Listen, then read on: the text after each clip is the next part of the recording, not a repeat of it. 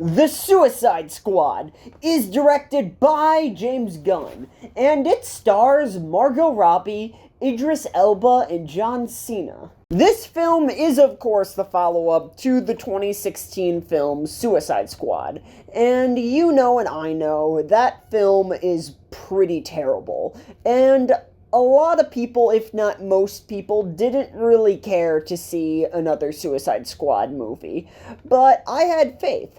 For one reason, James Gunn. A few years back, James Gunn got fired from Disney for some controversial tweets, but Warner Brothers decided to sweep him up and give him the director's chair to the next Suicide Squad movie.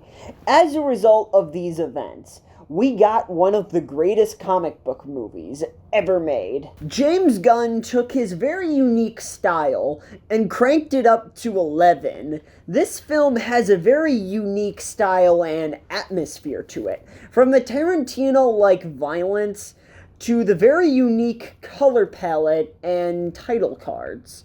Yes, title cards. This film has interesting title cards. I never thought I would say this, but I mean, here I am now. Warner Brothers gave James Gunn complete creative freedom, and it shows. This film is a blast from beginning to end. Nowadays, comic book movies feel very similar and formulaic, but this film breaks the traditional mold and creates a very unique and distinctive product.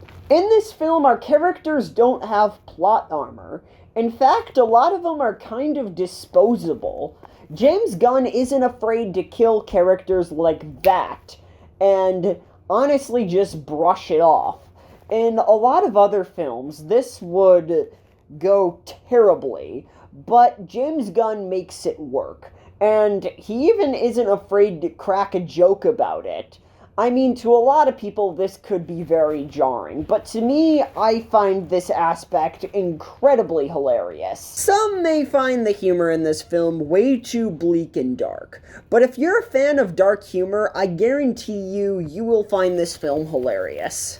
Though this film knows how to pump the brakes with the humor, when this film has a message to say, that message is clearly said, and it isn't cushioned by a joke. This film has a perfect balance between drama and humor. This film has a lot of style to it, and yes, it does have substance. This is a very character-driven film. We spend a lot of time with our main ragtag group of heroes, and as the film goes on, you begin to care deeply about them and, well, root for them. The fact that this film made me take Polka Dot Man seriously is just a testament to this film's writing and script. He is actually a surprisingly really tragic character who you actually feel really terrible for. This seems crazy, because Polka Dot Man is notorious for being one of the worst characters from the Silver Age, but once you have seen this film, you will know exactly what I'm talking about. Also, there are some very interesting character relationships. For example, the relationship between Bloodsport and Peacemaker is very intriguing and interesting. They are two incredibly similar characters, as you know, probably from the thousands of memes you have seen on the internet. They have a very interesting rivalry, which has a very, very solid payoff by the end of this film. The fact that Bloodsport's character arc is shown through a rat just shows how creative James Gunn and his writers are. Also, I am 100% behind Idris Elba playing the next James Bond.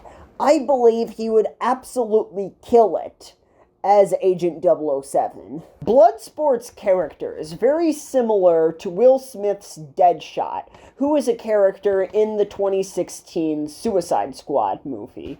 But one is a one-dimensional character, and the other is a three-dimensional character. You could probably guess which one is a three-dimensional character and which one is a one-dimensional character. All we know about Deadshot is that he kills people for money and he has a daughter. Other than that, that is all the substance that this character has. But Bloodsport, on the other hand, that is just a fraction of his character.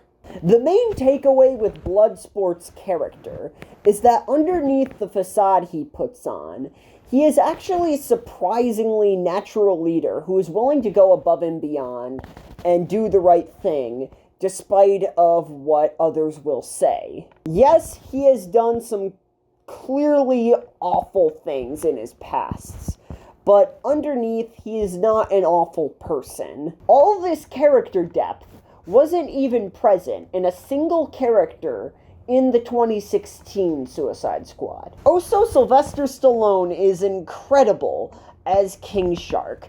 I would love just to see so much more of this character. He is literally just a giant toddler who is able to devour any man whole. Every scene with him is just hilarious. Scenes where the team is trying to reason with this giant toddler are honestly comedy gold. Margot Robbie is also excellent as Harley Quinn. She has gotten this character down to a science. She is incredibly endearing and extremely badass, rather than just being some over-sexualized character.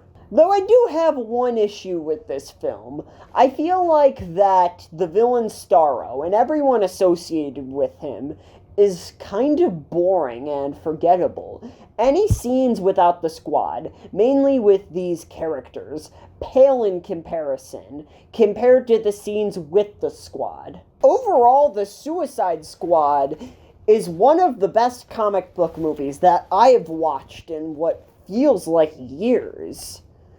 In a crowd of mediocre comic book movies, The Suicide Squad stands on its own, triumphant. If you have not seen this film, please do yourself a favor and check this one out. Overall, The Suicide Squad gets an A. Anyways, I hope you enjoyed my review of The Suicide Squad.